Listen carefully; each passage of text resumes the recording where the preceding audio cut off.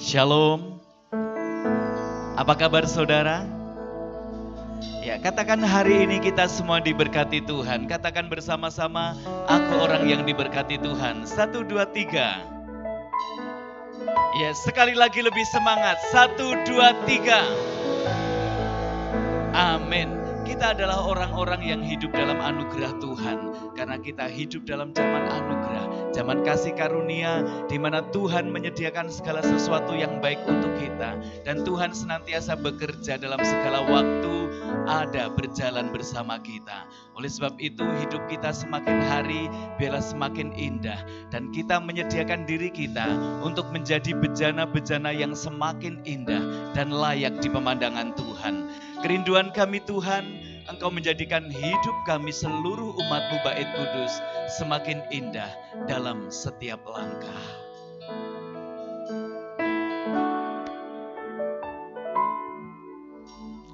Ku datang ya Bapa dalam kerinduan, memandang keindahan-Mu. Ku berikan segalanya, semuanya yang ada. Ku ingin menyenangkan hati-Mu, oh Tuhan. Ku datang ya Bapa dalam memandang keindahan-Mu. Ku berikan segalanya, semuanya yang ada. Ku ingin menyenangkan hati-Mu, oh Tuhan. Jadikan aku indah yang Kau pandang mulia, seluruh karya-Mu di dalam hidupku. Ajarku berharap hanya kepada-Mu, taat dan setia kepada-Mu Tuhan.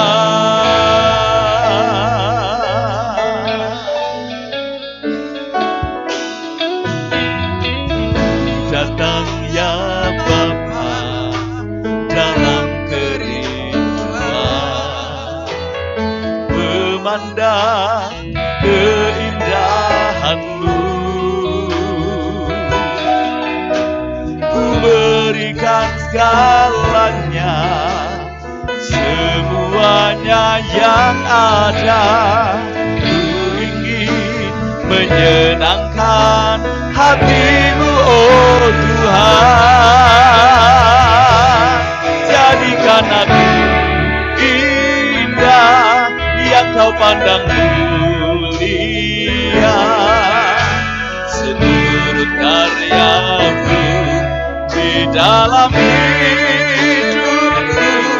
Ajarku berharap hanya kepada-Mu, taat dan setia kepada-Mu Tuhan.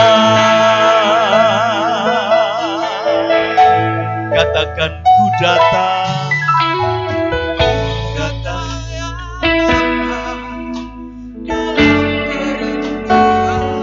Ini kami umat-Mu datang pada-Mu Tuhan, membawa segenap hidup kami untuk kami persembahkan kepada-Mu.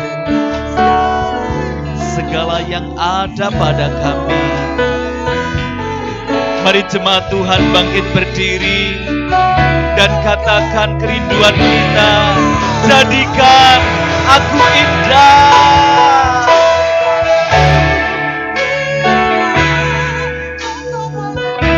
Yes.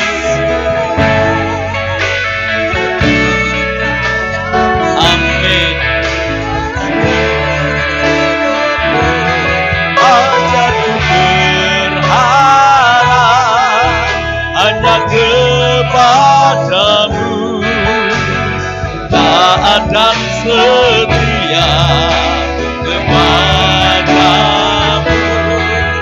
Tuhan. Jadikan aku indah yang kau pandang mulia, seturut karyamu di dalam hidupku. Ajarku berharap hanya kepadamu, taat dan setia kepadamu. Jadikan aku indah, Yesus.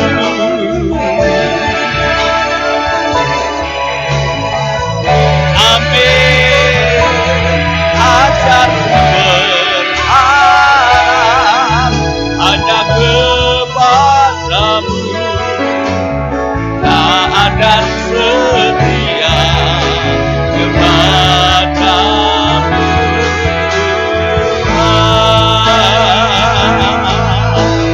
taat dan setia, taat dan setia, taat dan setia kepadamu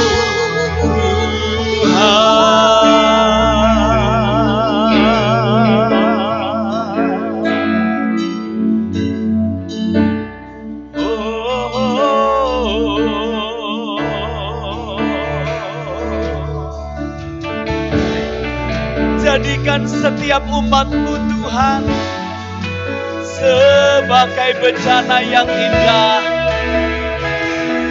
Kami siap Kau bentuk, kami siap Kau perindah. Jadikan hidup kami bagai bencana yang Kau bentuk. Semakin hari semakin indah, biarlah patah kasih. Ini kerinduan kami Tuhan. Kami mau bernyanyi, bermazmur bagi-Mu, meninggikan Engkau, ya Yesus. Haleluya.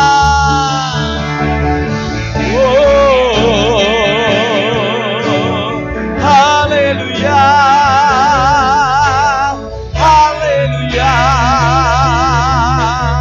haleluya, haleluya, haleluya.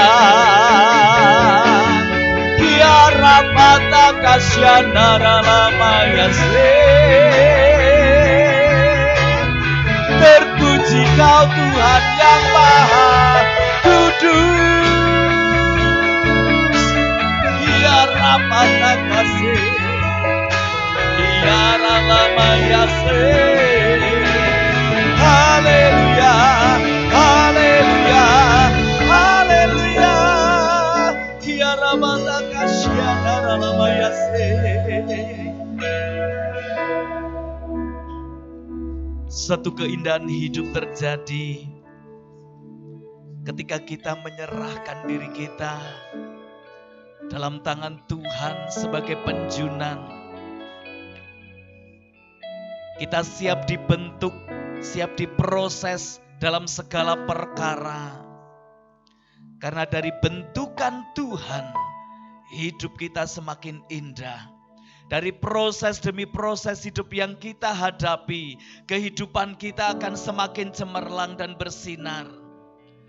Selama kita terus tetap mengikuti apa yang Tuhan mau. Dan kami umat-Mu Tuhan, percaya bahwa Engkau senantiasa turut bekerja untuk mendatangkan kebaikan. Sekalipun kami harus mengalami tantangan bahkan hambatan, tapi Engkau tetap berjalan bersama kami, menuntun kami, bahkan Kau mengangkat kami tinggi-tinggi ketika kami tidak mampu melakukan apapun. Sehingga hidup kami semakin indah Tuhan. Dan kami mau terus menjalani hidup yang indah.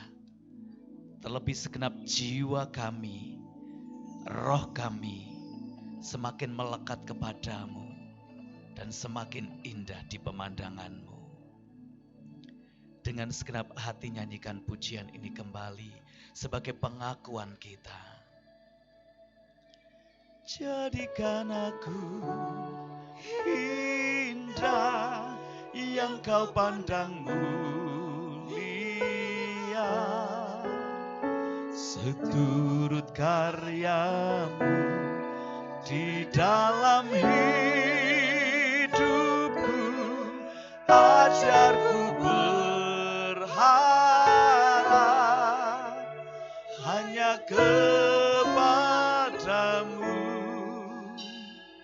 taat dan setia kepadamu Tuhan. Jadikan aku indah yang Kau pandang mulia, seturut karyamu di dalam hidupku. Ajarku berharap hanya kepadamu, taat dan setia kepadamu Tuhan. Jadikan indah yang Kau pandang mulia, seluruh karyamu di dalam hidupku. Ajarku berharap hanya kepadamu, taat dan setia kepadamu Tuhan.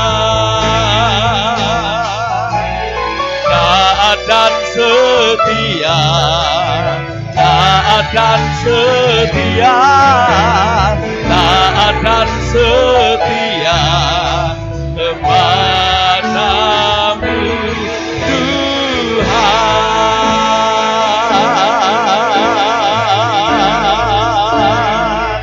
Haleluya.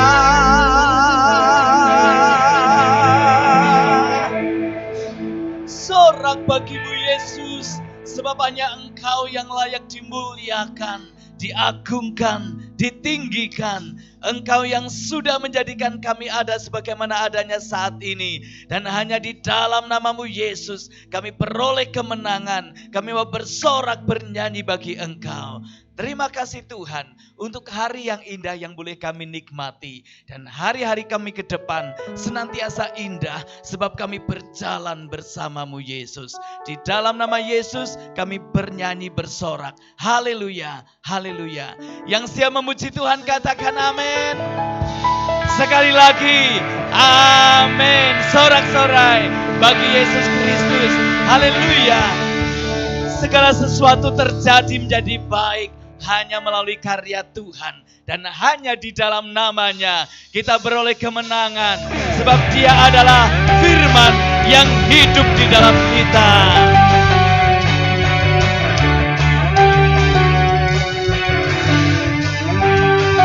Yes. Firman terangi jalan, perisai manis setiap waktu, lindungiku dari segala, tak pernah ragu, karena bersamaku, ya jaga dengan kuasa mulia. Hanya di dalam namanya Yesus dia sumber pengharapan di sepanjang hidupku. Hanya di dalam kuasa-Nya pasti tersedia kemenangan bagiku selama-lamanya. Haleluya, kebenaran yang memerdekakan kita. Yes, kebenaran yang bebaskan selalu berikanku kekuatan hadapi segala tantangan. Tak pernah ragu, Dia bersamaku, setia menjaga dengan kuasa mulia. Hanya di dalam nama-Nya Yesus kan sumber pengharapan di sepanjang hidupku. Hanya di dalam kuasa-Nya pasti tersedia kemenangan bagiku selamanya. Hanya di dalam nama-Nya Yesus dia sumber pengharapan di sepanjang hidupku. Hanya di dalam kuasa-Nya pasti tersedia kemenangan bagiku selama-lamanya.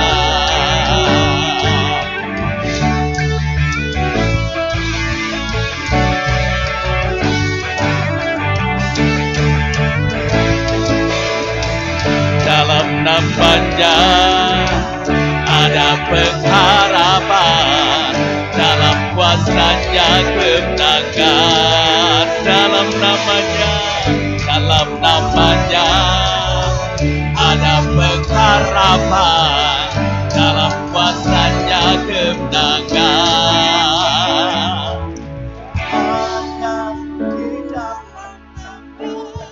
Haleluya.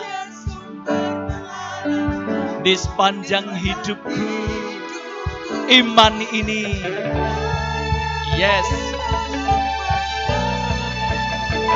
haleluya.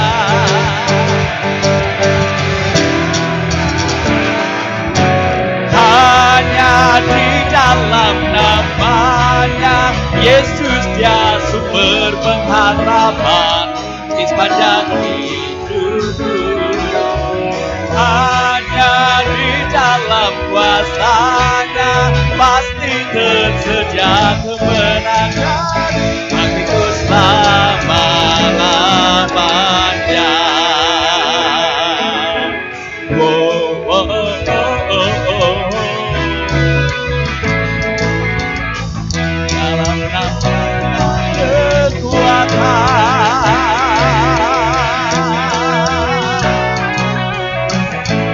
Haleluya.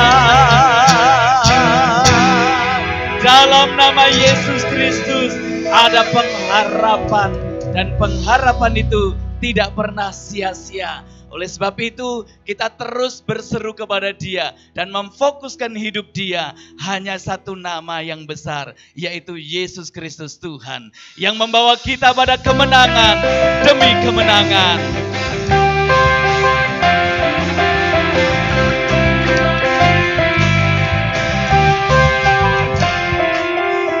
Satu nama yang besar hanyalah nama-Mu Tuhan. Gunung batu kekuatan hanyalah nama-Mu Tuhan. Tak terbatas kuasa-Mu Tuhan. Ajaib hebat rasa perkasa, membawa pujian, nyanyian kemenangan. Masuki gerbang-Mu hati kami bersuka. Akan kami terangkan, sorakan kemenangan. Terpujilah nama-Mu Yesus Raja, segala raja.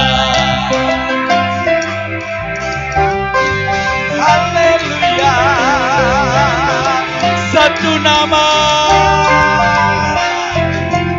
Satu nama yang besar adalah namamu Tuhan. Amin. Gunung batu kekuatan adalah namamu Tuhan. Tak terbatas kuasa-Mu Tuhan. Ajaib hebat rasa perkasa. Kami bawa pujian, nyanyian kemenangan. Masuki gerbang-Mu, hati kami bersuka. Tangan kami terangkat, sorakan kemenangan. Terpujilah nama-Mu Yesus Raja. Kami bawa pujian, nyanyian kemenangan. Masuki gerbang-Mu, hati kami bersuka. Tangan kami terangkat, sorakan kemenangan. Dengan segenap hati nyanyikan kembali, kami bawa pujian. Kami bawa pujian. Yes. Amin. Haleluya. Kami bawa pujian ke gerbang-Mu Tuhan. Haleluya. Yesus, kami bawa pujian. Kami bawa pujian, nyanyian kemenangan. Masuki gerbang-Mu, hati kami bersuka. Tangan kami terangkat, sorakan kemenangan. Terpujilah nama-Mu Yesus Raja. Segala raja, Yesus Kau Raja. Segala raja. Haleluya. Silakan duduk. Biarlah sorak-sorai sukacita terus bergema dalam hidup kita. Sebab surga bersukacita, bumi pun bersukacita ketika setiap umat Tuhan mempersembahkan pujian bagi kemuliaan Tuhan. Haleluya. Sediakan waktu yang terbaik untuk kita bersama mengerti apa yang menjadi kehendak Tuhan dalam hidup kita. Firman-Nya akan ditaburkan dan setiap kita menyediakan ladang yang terbaik agar benih firman itu subur dan menjadi berkat bagi setiap kita. Kita tidak tahu apa yang akan terjadi hari esok, tapi yang pasti Tuhan punya rencana indah dan waktunya tepat untuk kita.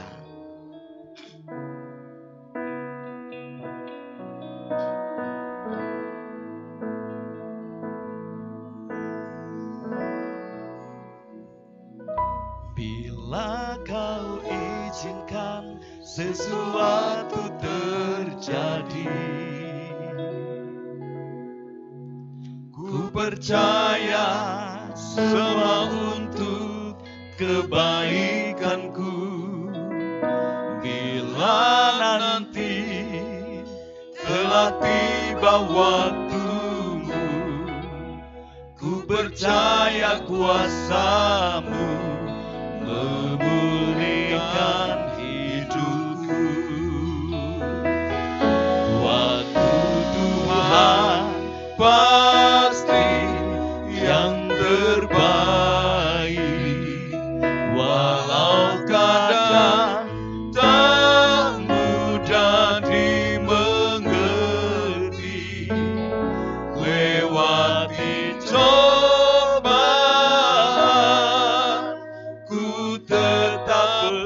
percaya waktu Tuhan pasti yang terbaik.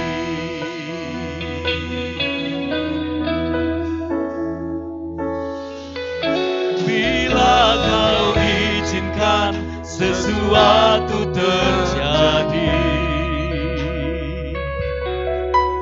ku percaya semua untuk kebaikanku. Bila nanti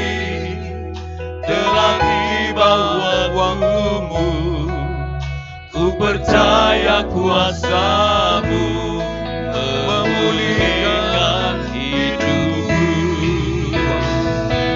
Waktu Tuhan pasti yang terbaik, walau kadang tak mudah dimengerti. Lewati cobaan, ku tetap percaya waktu Tuhan pasti yang terbaik. Waktu Tuhan pasti yang terbaik, walau kadang tak mudah dimengerti.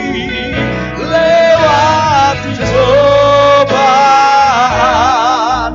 ku tetap percaya waktu Tuhan pasti yang terbaik. Pujian ini meneguhkan setiap kita. Percaya bahwa waktu Tuhan yang terbaik. Dalam kondisi apapun kita saat ini, mungkin tengah terjatuh, atau bahkan kita tergeletak, tapi selama kita bersama Tuhan, Dia pasti mengulurkan tangannya untuk mengangkat kita kembali. Sehingga pelan-pelan kita bisa bangkit dan kita kembali dipulihkan. Tuhan punya cara yang ajaib untuk menolong kita, yang tidak bisa kita pahami, yang tidak bisa kita atur, sebab Dia punya waktu yang tepat, kapan Dia mau menyelesaikan setiap persoalan kita. Mari bangkit berdiri, dengan lembut katakan, waktu Tuhan pasti yang terbaik. Yes, yakini. Haleluya. Kami percaya waktu-Mu tepat bagi kami Tuhan. Sebab penyertaan-Mu sempurna atas kami.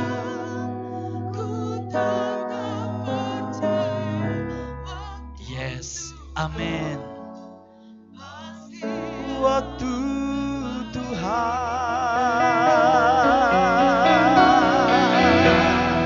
pasti yang terbaik.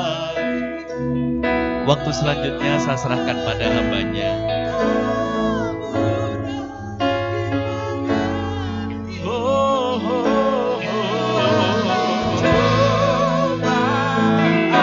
Ku tetap percaya waktu Tuhan pasti yang terbaik. Waktu Tuhan pasti yang terbaik, walau kadang tak mudah dimengerti. Lewati cobaan,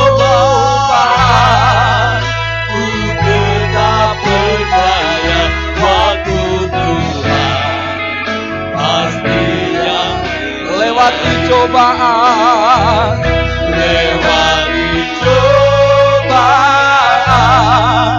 ku tetap percaya waktu Tuhan pasti yang terbaik.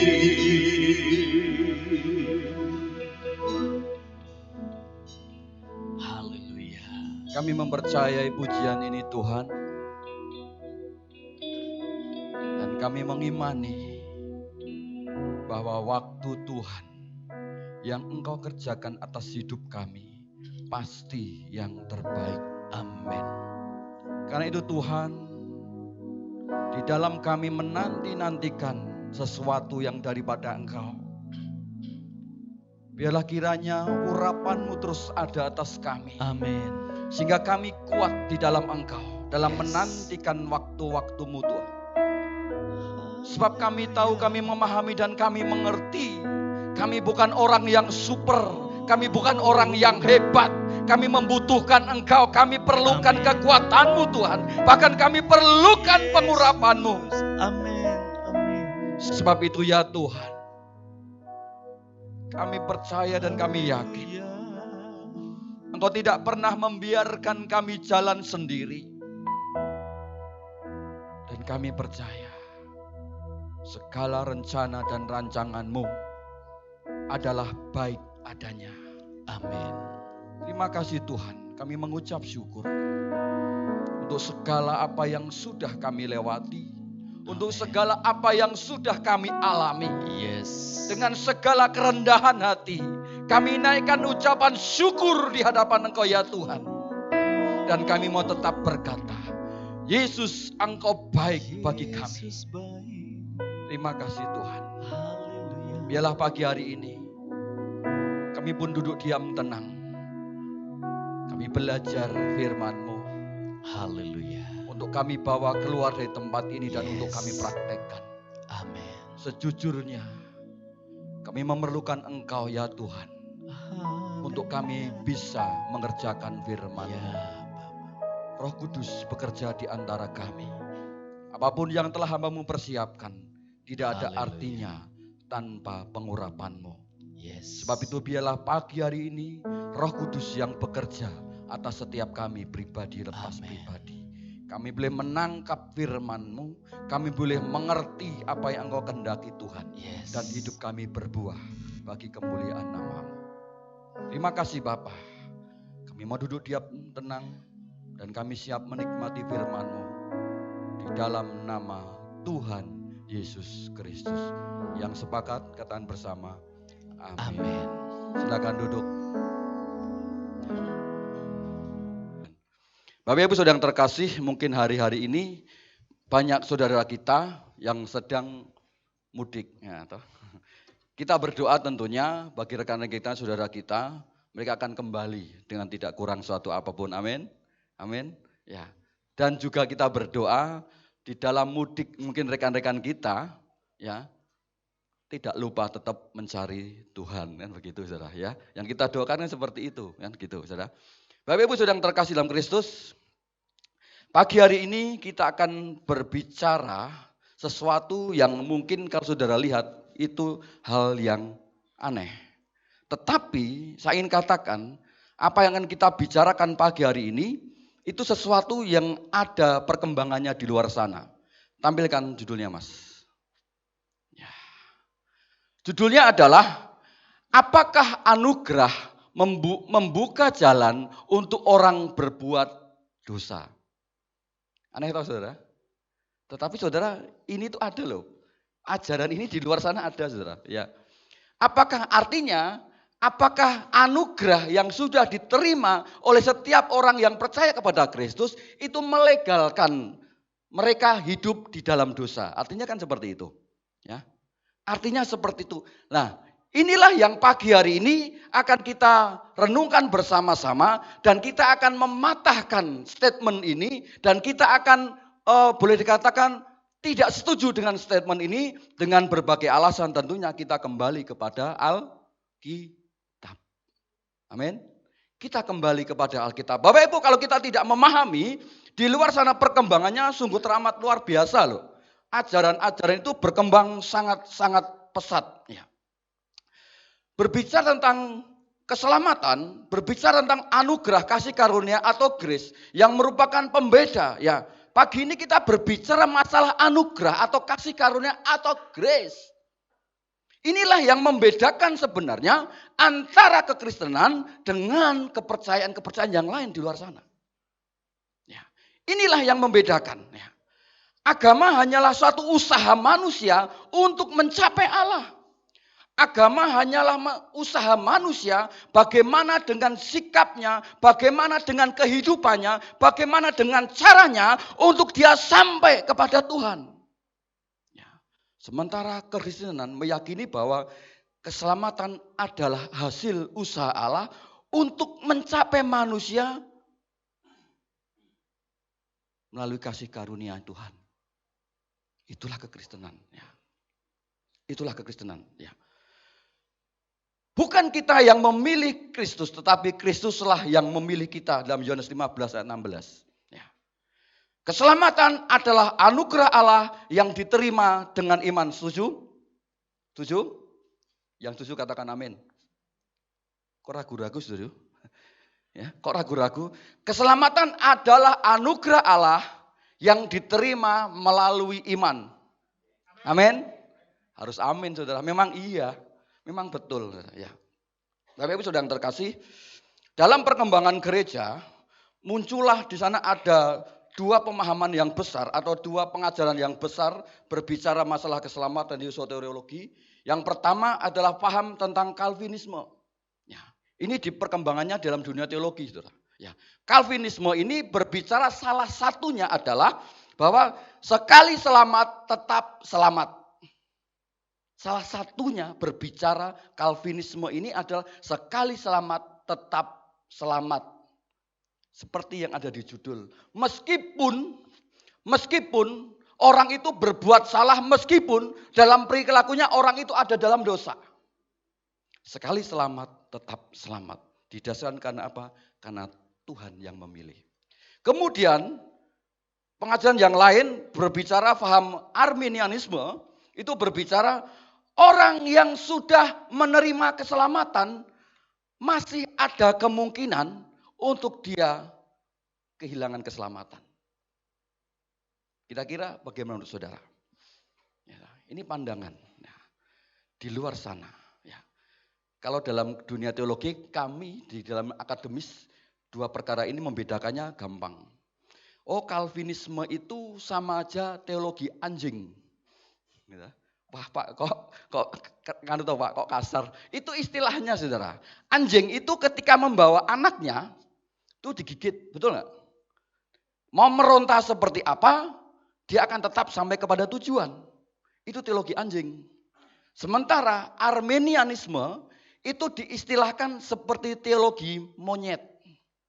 Monyet itu kalau membawa anaknya bagaimana saudara? Anaknya digendong. Yang pegangan induknya atau anaknya? Anaknya. Kira-kira ketika lompat bisa nggak jatuh dia? Ketika induknya itu membawa dia, kira-kira bisa jatuh nggak? Bisa. Itulah Arminianisme, saudara. Perbedaannya, ini istilah saja, saudara. Bukan, oh berarti teologi monyet. Enggak, bukan itu. Itu hanya istilah untuk membedakan secara gampang. Ya. Kemudian dari perkembangannya, muncul juga yang namanya sikap teologis tentang perkara ini, saudara.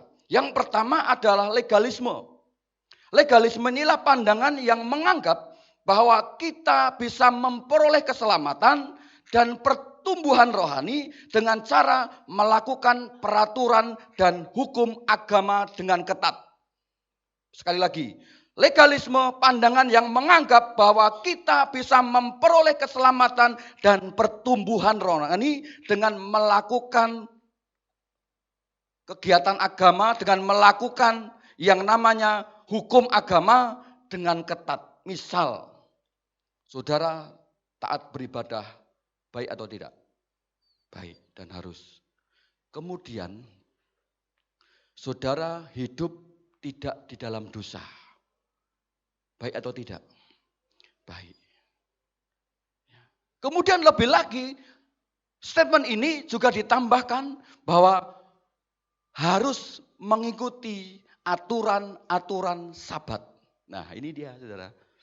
Ingat, Tuhan Yesus itu ditentang oleh orang Farisi. Kenapa? Karena pada hari Sabat, Tuhan Yesus menyembuhkan orang. Karena pada hari Sabat, Yesus mengerjakan pekerjaan Tuhan. Dan itu ditentang. Kenapa? Melanggar aturan. Artinya apa? Legalisme ini menganggap bahwa aturan hukum itu lebih tinggi kedudukannya daripada Allah dan manusia. Ini saudara. Kemudian lagi ada yang lebih ekstrim muncul. Ya, mungkin di sini dituliskan. Ya, ada lagi mas, next. Nah ini dia. Ini dia salah satunya. Yaitu antinominianisme. Coba baca semua, 1, 2, 3. Apa yang ada dalam benak saudara? Saudara pasti ingat domestos nomos kan gitu tuh. Itu antinomo kan? Ya toh? Ini anti hukum. Tak perlu lagi ada aturan ekstrim enggak saudara? Tapi ini fakta loh, ini ada loh dalam perkembangan secara teologi ini ada saudara. Dalam perkembangan gereja ini ada. Sampai sekarang ada enggak? Ada. Sampai hari ini ada. Ya. Pandangan ini sangat ekstrim. Artinya apa? Ketika orang sudah menerima anugerah, tidak penting aturan, tidak penting hukum-hukum, tidak penting itu bagi dirinya.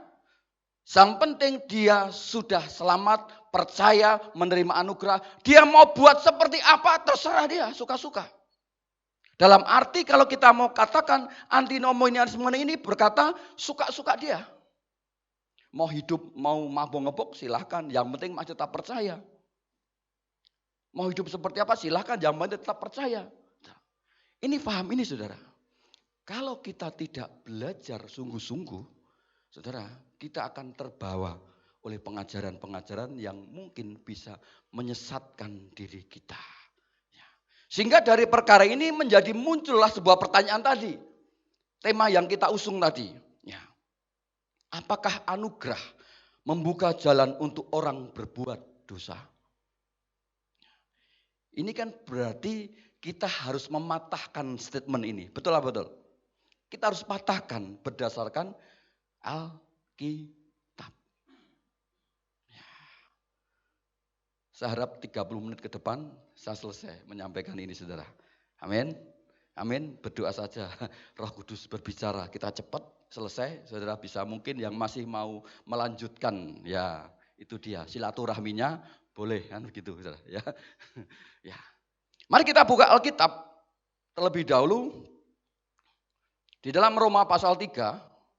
Roma pasal 3 ayat 21 sampai dengan ayat yang ke-28. Adakah yang bisa membacakan? Terima kasih Pak Daniel. Sesama Daniel dilarang saling mendahului. Ya. Amin. Roma pasal 3 ayat 21 sampai dengan ayat yang ke-28.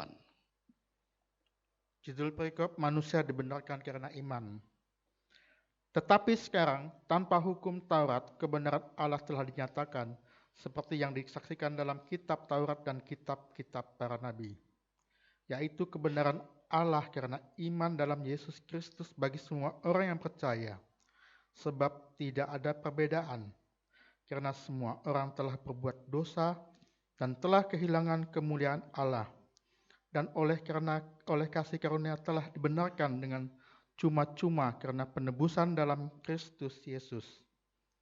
Kristus Yesus telah ditentukan Allah menjadi jalan pendamaian karena iman dalam darahnya.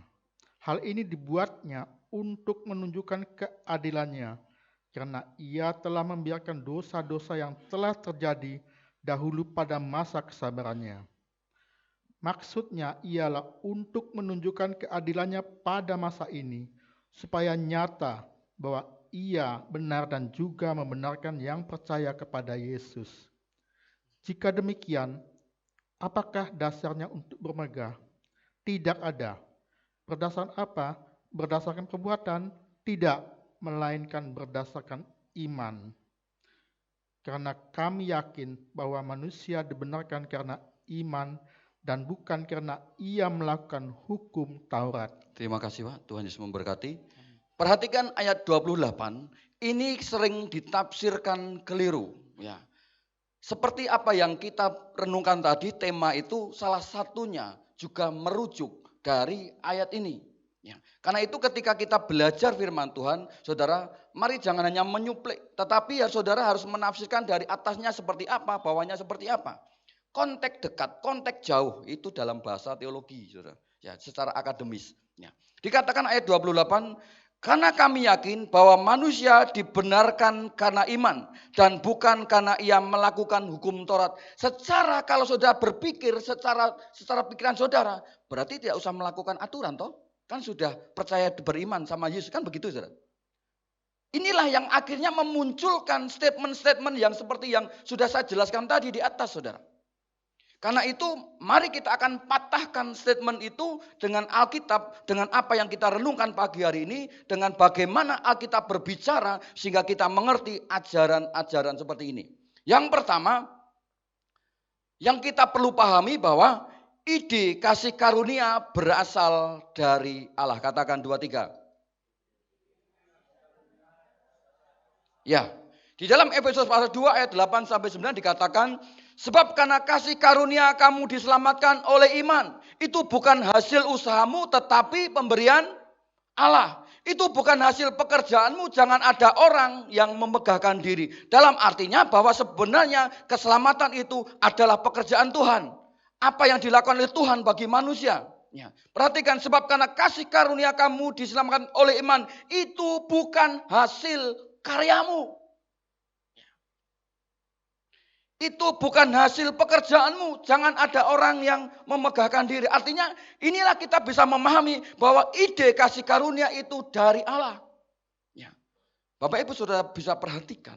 Semua pengajaran, ya, ide tentang selamat dari hukum karena anugerah bukan berasal dari manusia. Ya. Semua pengajaran manusia menekankan tentang yang namanya perbuatan. Bagaimana kamu harus baik supaya kami memperoleh sesuatu, dan ketika dinilai itu menjadi baik, menjadi luar biasa, dan ketika ditimbang, kamu masuk. Perhatikan hari ini, ketika Tuhan berkata, aku mau timbang kelakuanmu. Kira-kira saudara ada di mana? Hari ini ketika Tuhan berkata, mungkin seandainya Tuhan berkata, aku mau timbang apa yang sudah kamu kerjakan. Kalau kamu baik, kamu masuk surga. Kalau enggak, ya tahu sendiri. Kira-kira bagaimana? Saudara renungkan. Ya. Tuhan berkata, dalam pikiran saja manusia sudah bisa berbuat dosa. Di dalam pikiran. Ya.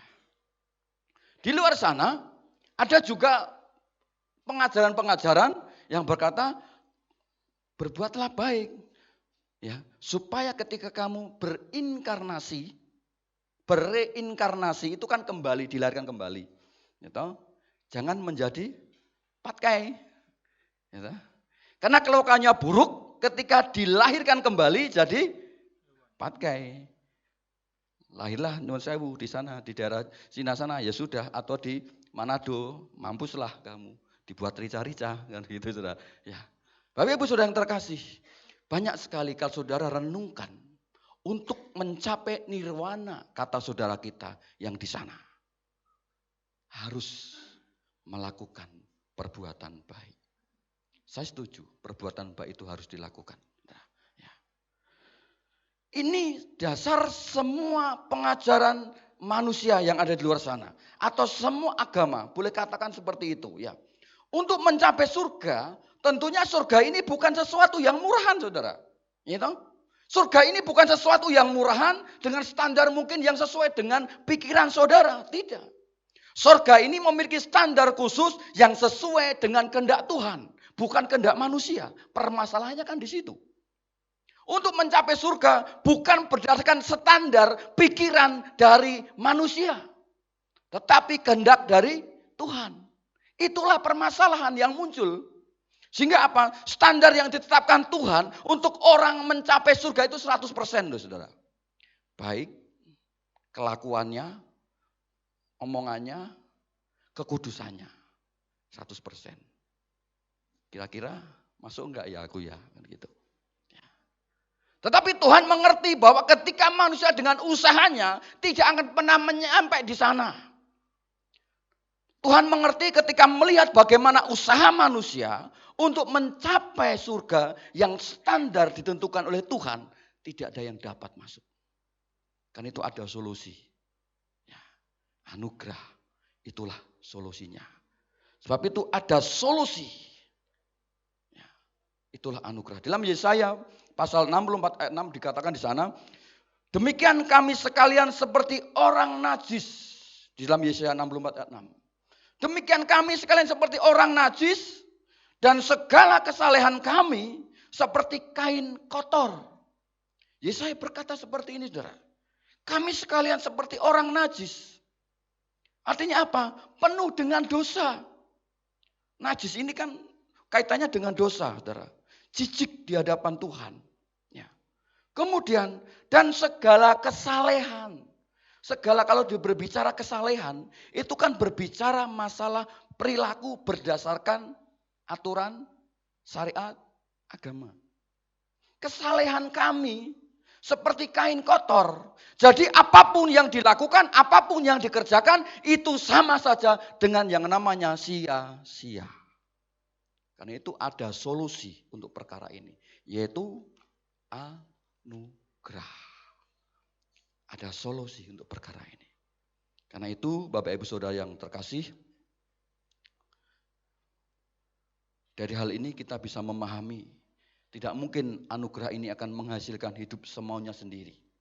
Karena anugerah itu idenya dari Tuhan yang tidak mencerminkan kekudusan Allah. Artinya bahwa ketika kita sudah menerima anugerah, artinya di situ kita juga harus dituntut mencerminkan kekudusan Allah. Ya, kenapa? Ide anugerah itu datangnya dari Tuhan, dari Allah. Berbahagialah orang yang suci hatinya, karena ia akan melihat Tuhan.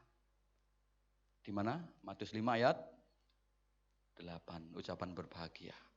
Berbahagialah orang yang suci hatinya, karena dia akan melihat Allah. Ini berbicara masalah proses kekudusan kita.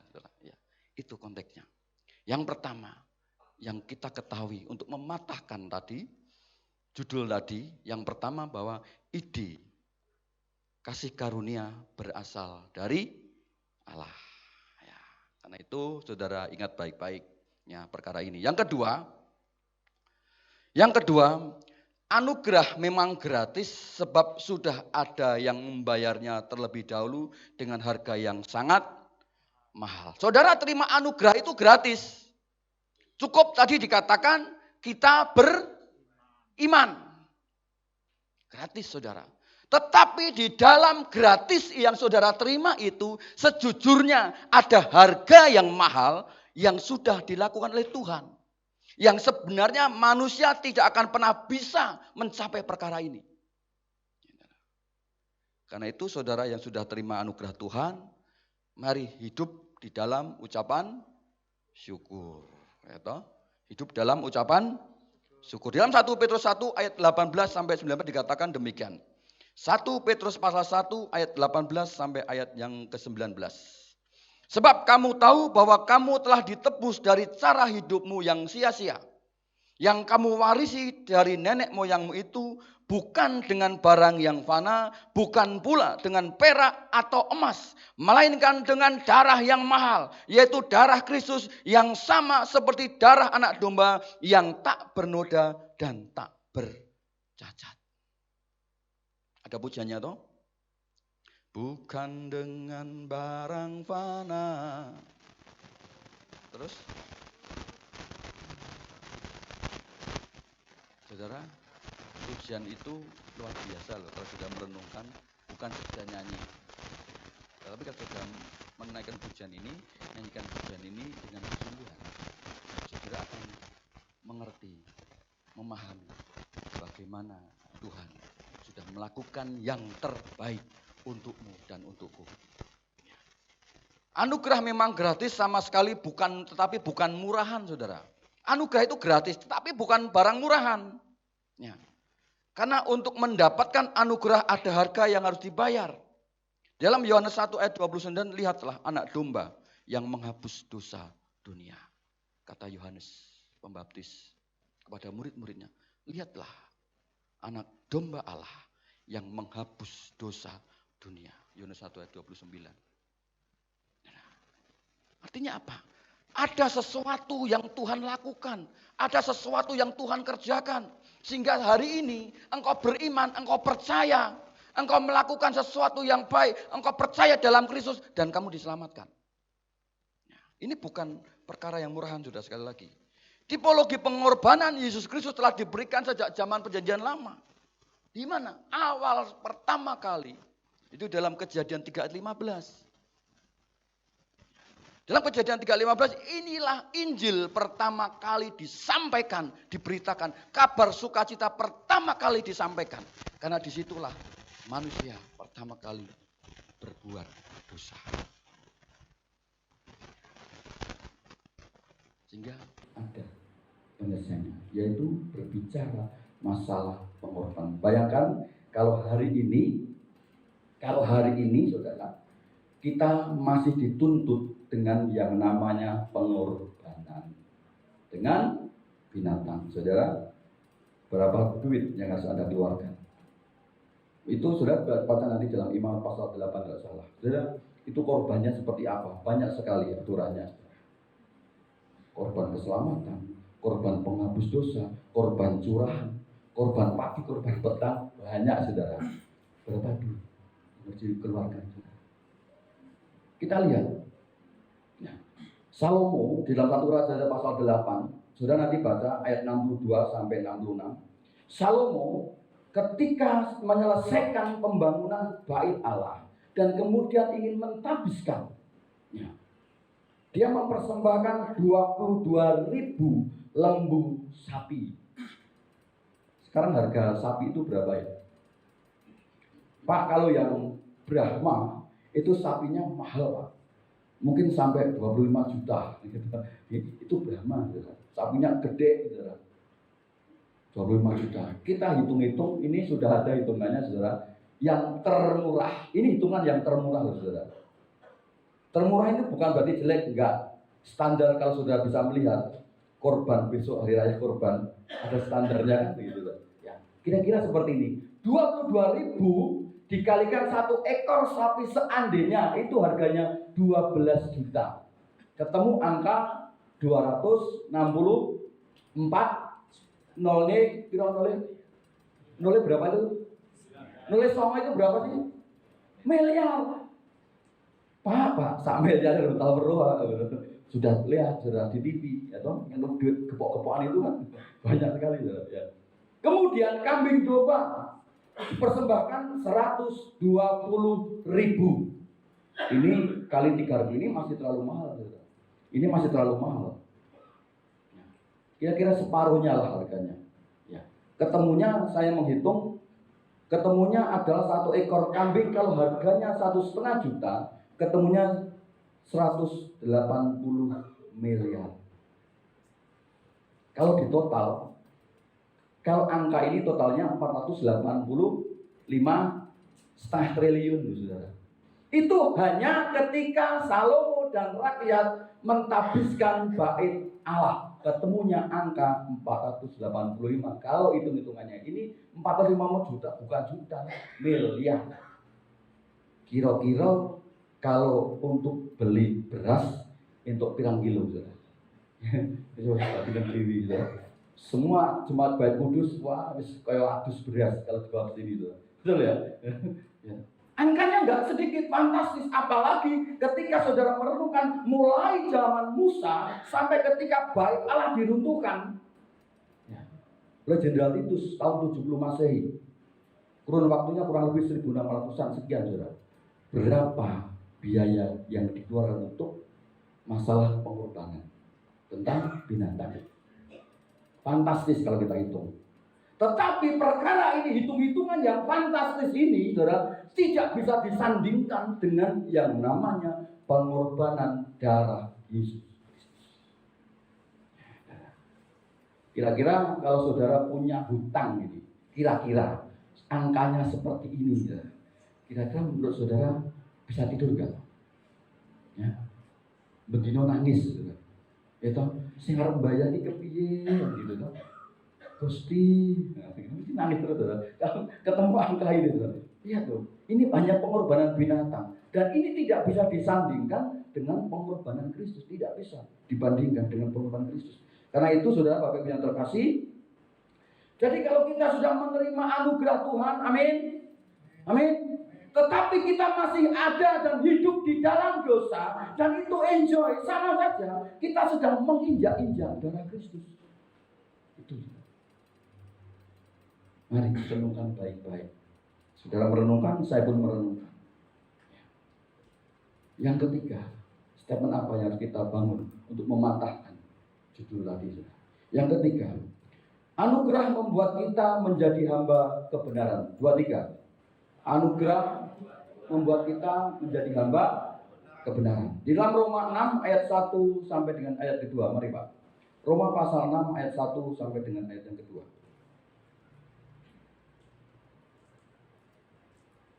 Roma 6 ayat 1 dan 2. Jika demikian, apakah yang hendak kita katakan? Bolehkah kita bertekun dalam dosa supaya semakin bertambah kasih karunia itu?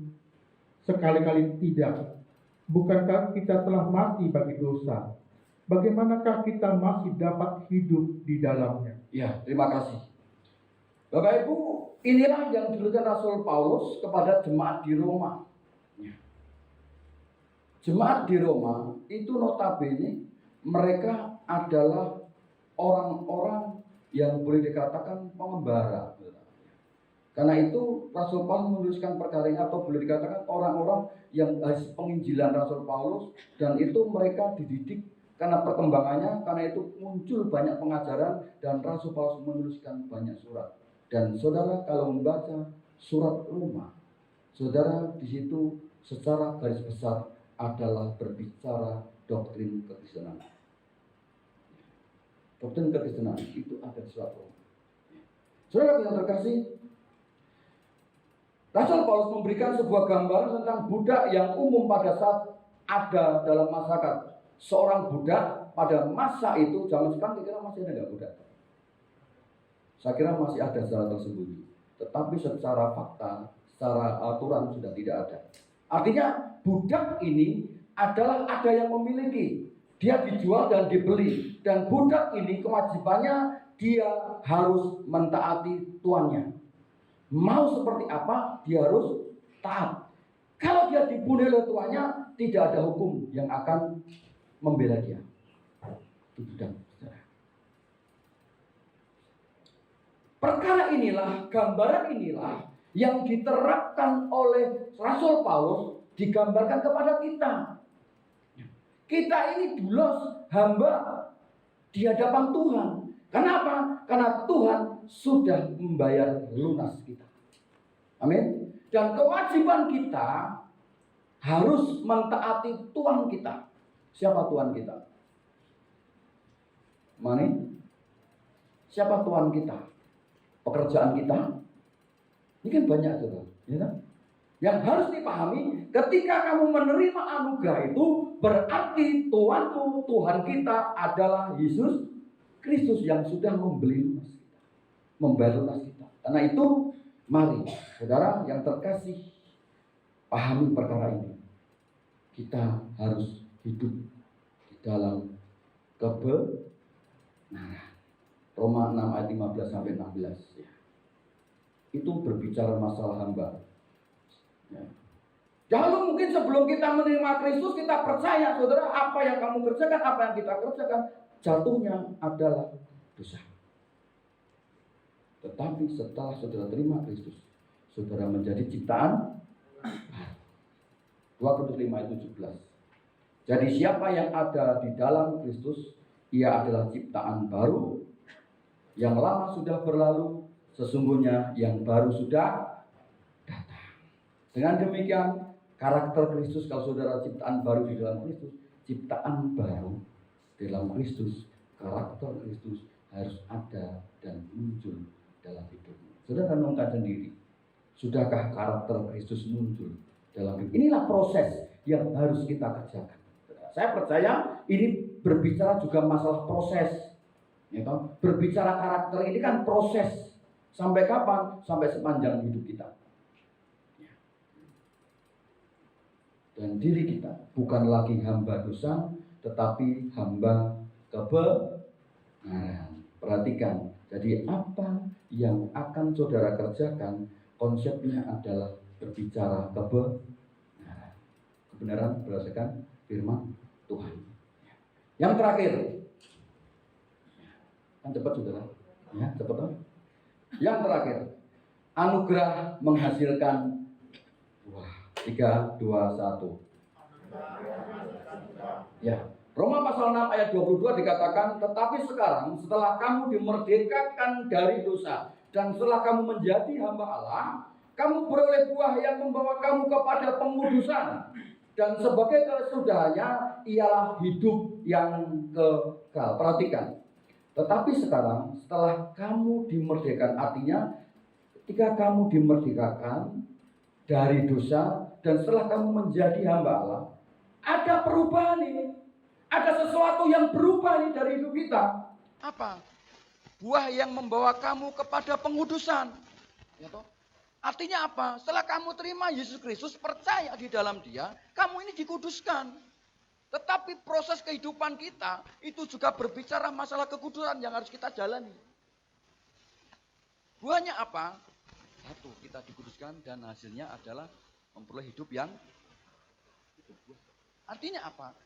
Dari perkara ini kita tahu bahwa anugerah yang sudah kita terima itu harus dalam hidup kita menghasilkan sesuatu buah yang nyata yang bisa dilihat oleh orang. Dan perkara kedua adalah bagaimana dari buah itu nama Tuhan dipermuliakan. Gampang toh? Gampang ya? Karena itu kerjakan. Dalam Yohanes pasal 8 ayat 11, ini suatu kali ketika Tuhan Yesus sedang mengajar di bait Allah, datanglah orang Farisi dan Saduki menangkap seorang perempuan yang sedang kedapatan berbuat zina. Rabi, berdasarkan peraturan hukum Musa atau hukum Taurat, perempuan ini harus dirajam batu. Apa dikatakan Tuhan Yesus? Siapa yang tidak berdosa, silahkan melempar pertama kali. Kira-kira saya tahu bahwa Tuhan mungkin ngerti, orang Farisi, orang Saduki tahu bahwa manusia itu semuanya sudah berdosa. Kalau dia percaya bahwa aku nggak berdosa, itu berarti dia akan menolak, artinya bertentangan dengan kitab Taurat. Jawaban yang begitu luar biasa. Lalu apa yang dikatakan Tuhan Yesus dengan perempuan itu? Ayat 11 Mas, tampilkan Mas. Yohanes 8 ayat 11, mari Pak.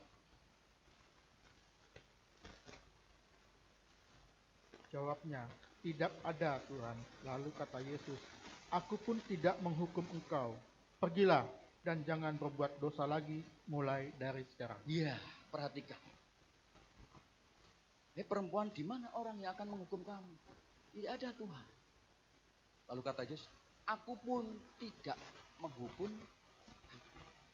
dosa diampuni. Ini pengampunan, saudara.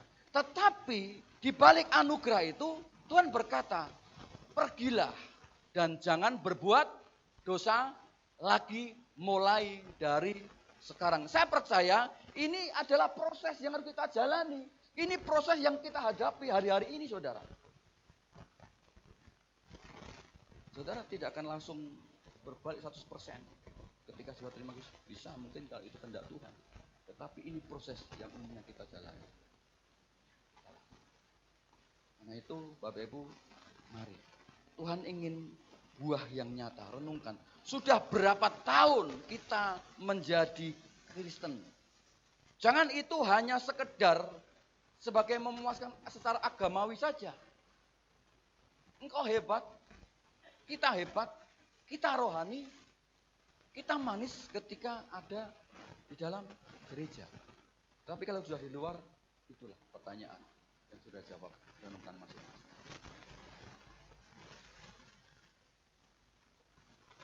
Dalam Efesus 2 ayat 10 berkata, karena kita ini buatan Allah. Tampilkan Mas, ayat yang terakhir. Efesus 2 ayat yang 10. Kita akan baca bersama-sama. Efesus 2 ayat yang ke-10. 2, 3.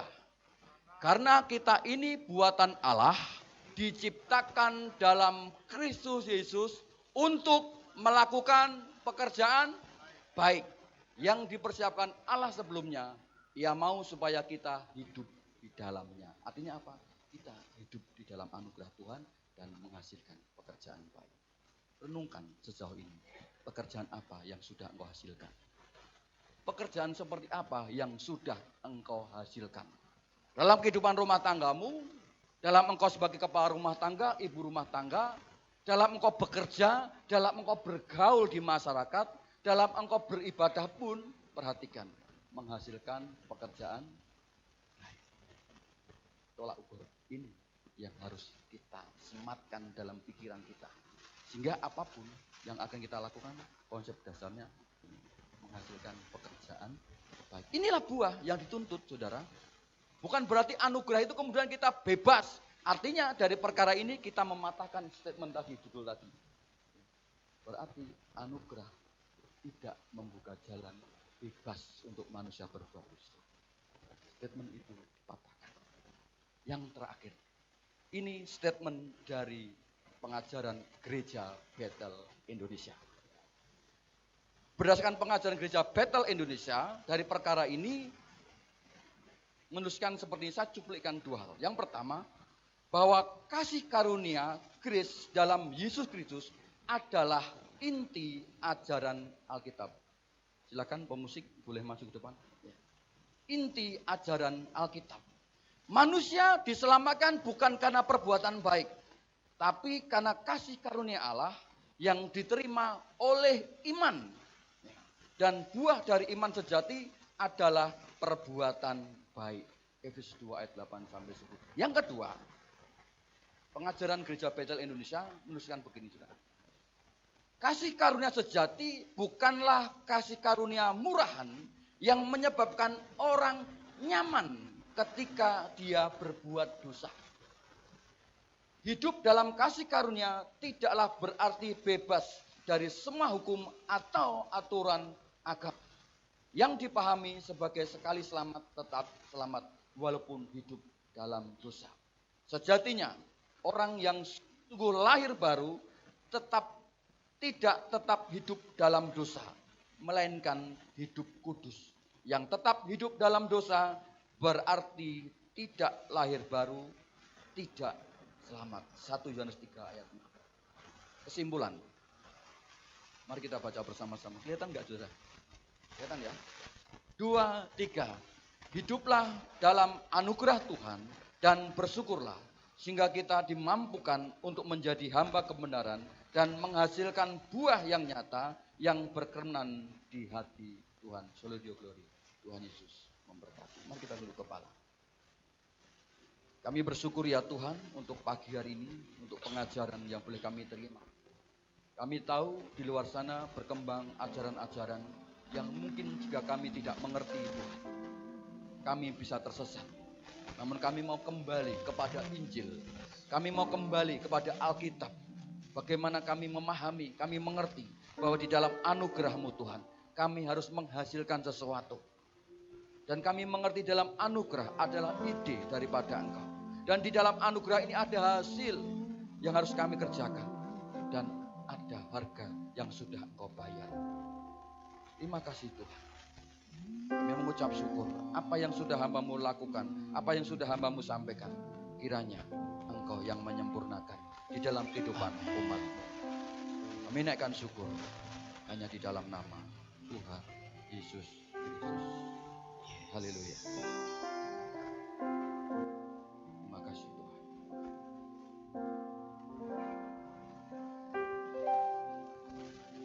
Bukan dengan barang fana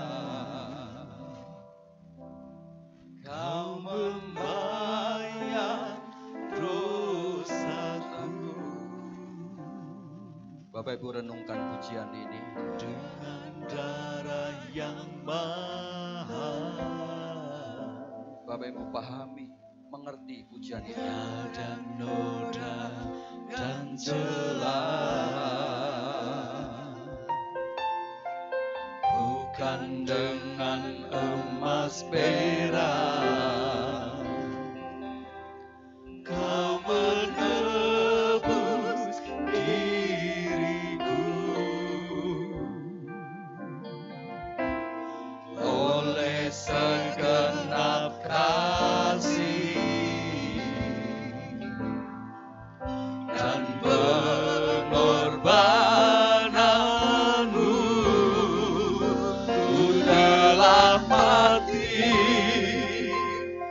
dan tinggalkan cara hidupku yang lama. semuanya sia-sia dan tak berarti lagi hidup ini ku letakkan pada mezbah-Mu ya Tuhan. Jadilah padaku seperti yang Kau ingini. Mari kita bangkit berdiri bersama-sama. Bukan dengan barang fana Kau membayar dosaku. Kami hanya bisa bersyukur dan bersyukur di hadapan Engkau ya Tuhan. Dengan darah yang mahal. Terima kasih untuk darah-Mu yang sudah tercurah bagi kami. Tiada noda Butuh dan celah. Tidak ada ungkapan yang bisa kami naikkan selain kami bersyukur. Terima kasih Yesus. Dengan emas perak Kau menebus diriku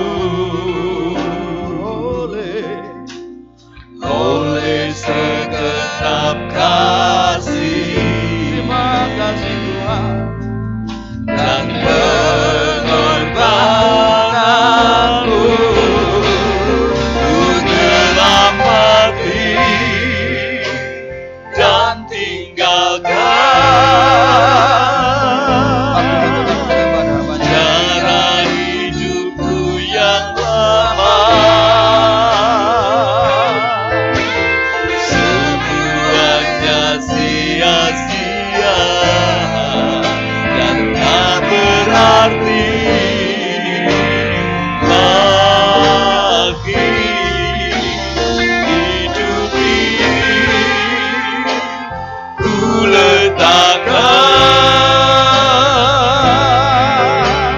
pada mezbah-Mu ya Tuhan. Jadilah padaku seperti yang Kau ingini. Mari jemaat saja menaikkan pujian supaya kita hari ini diingatkan ada pengorbanan Yesus yang teramat Amin. sangat mahal. Darah Yesus. Dan oleh karena kasih karunia Tuhan, kita menerima. Bukan berarti kalau kita menerima kasih karunia, hidup kita tidak dipertahankan untuk hidup di dalam iman. Bukan mati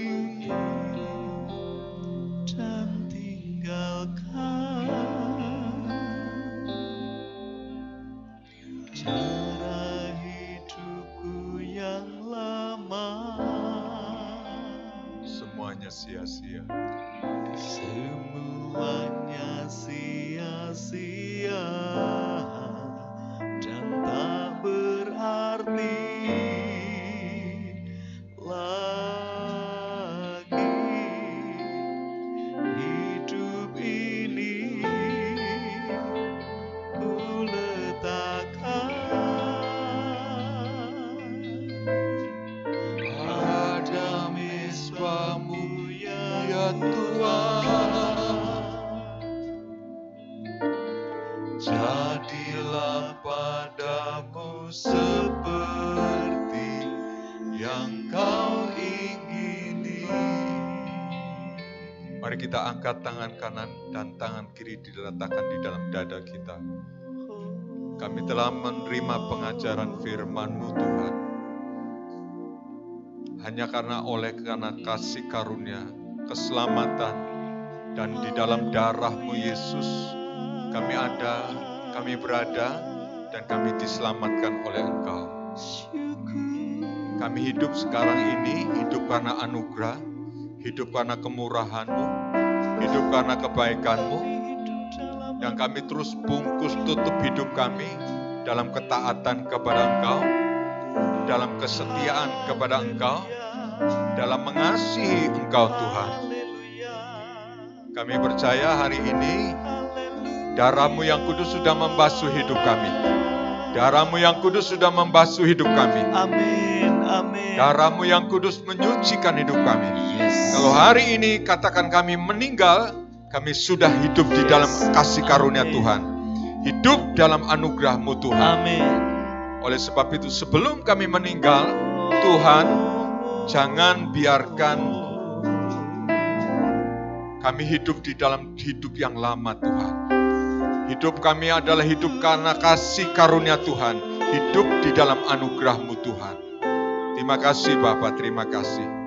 Oleh sebab itu Tuhan, hari ini kami mohonkan daripada Engkau, pemilik alam serwa sekalian ini, turunlah bekerja dalam hidup kami. Turutlah bekerja dalam segala kesulitan kami, pergumulan kami. Tuhan, mari Engkau bekerja. Mari Engkau bekerja Tuhan, di dalam nama Yesus. Amin. Kami percaya semua kejadian, semua yang terjadi bukan begitu saja terjadi, tetapi ada rencana Tuhan, ada rancangan Tuhan, ada keselamatan Tuhan. Haleluya. Terima kasih Bapa, terima kasih. Haleluya. Yes. Kami ini anak-Mu, terimalah hidup kami, roh, tubuh, dan jiwa kami. Ini kami Tuhan. Selamatkan seperti halnya Engkau menyelamatkan kami. Terimalah penyerahan nyawa kami kepada kehidupan kami, Engkau Tuhan. Yes. Karena nyawa kami adalah berharga, lebih dari berharga emas, perak, ataupun segala benda-benda berharga dalam dunia ini Tuhan. Terimalah hidup kami, terimalah kehidupan kami, dari mulai hari ini sampai Engkau panggil kami Tuhan. Terima kasih Tuhan, terima kasih. Dan Tuhan Yesus, kami masih melanjutkan hidup di dalam dunia ini. Berkati umat-Mu Tuhan. Anugerahkan kasih karunia-Mu Tuhan. Dan keselamatan di dalam Tuhan. Terima kasih Tuhan. Hanya di dalam nama Tuhan Yesus, Tuhan dan Juru Selamat kami ucap syukur. Kita yang percaya bersama katakan, amin.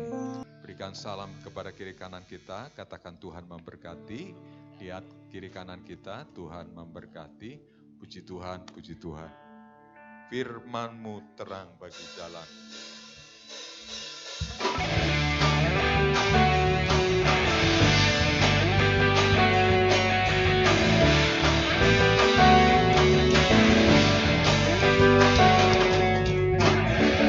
Firman terangi jalanku, perisai iman di setiap waktu, lindungiku dari segala, tak pernah ku ragu, dan ada bersamaku, setia menjaga dengan kuasa mulia. Hanya di dalam nama-Nya Yesus dia sumber pengharapan di sepanjang hidupku. Hanya di dalam kuasa-Nya pasti tersedia kemenangan bagiku selama-lamanya. Hanya di dalam nama-Nya Yesus dia sumber pengharapan di sepanjang hidupku. Hanya di dalam kuasa-Nya pasti tersedia kemenangan bagiku selama-lamanya. Bagiku selama-lamanya. Bagiku selama-lamanya.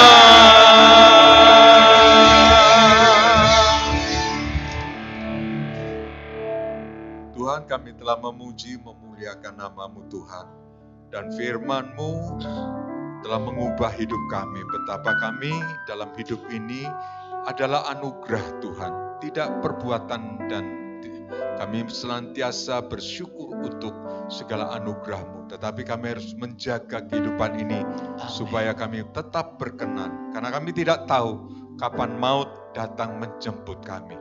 Tapi ketika kami didapatinya hamba yang setia, yang taat, kami percaya kami menerima kehidupan yang kekal bersama Engkau. Kehidupan yang tidak bisa kami bayangkan Tuhan. Berjuta-juta tahun kami hidup Tuhan. Terima kasih Bapak, terima kasih. Berkati hamba-Mu Pak Daniel yang telah menyampaikan kebenaran firman Tuhan. Terus Tuhan tambahkan hikmat, pengurapan dari Tuhan. Tambahkan berkat Tuhan. Sehingga hamba-Mu bisa membangun sebuah rumah untuk keluarganya. Juga berkati Mbak Rina, berkati juga Pelangi, Yosua, juga Rara, Tuhan, berkati dalam kehidupan keluarga ini Tuhan. Terima kasih Bapak, terima kasih. Dan sebentar umat-Mu akan memberikan segala persembahan, segala buah sulung, segala ucapan syukur, perpuluhan mereka dengan penuh kecintaan kepada-Mu Tuhan. Mari kita angkat kedua tangan kita. Terimalah berkat dalam damai sejahtera, kebaikan dalam Tuhan. Tuhan memberkati keluarga-Mu, Tuhan memberkati ekonomi-Mu, Tuhan memberkati dari mulai hari ini sampai selama-lamanya. Dan kasih karunia Tuhan, anugerah Tuhan senantiasa bersama kita. Semuanya itu dalam berkat anugerah Allah, Bapa, Putra, dan Roh Kudus, yaitu di dalam nama Tuhan Yesus Kristus. Amin.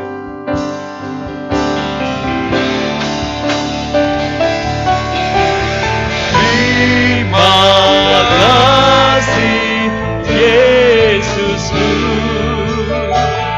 buat anugerah yang Kau beri, sebab hari ini Tuhan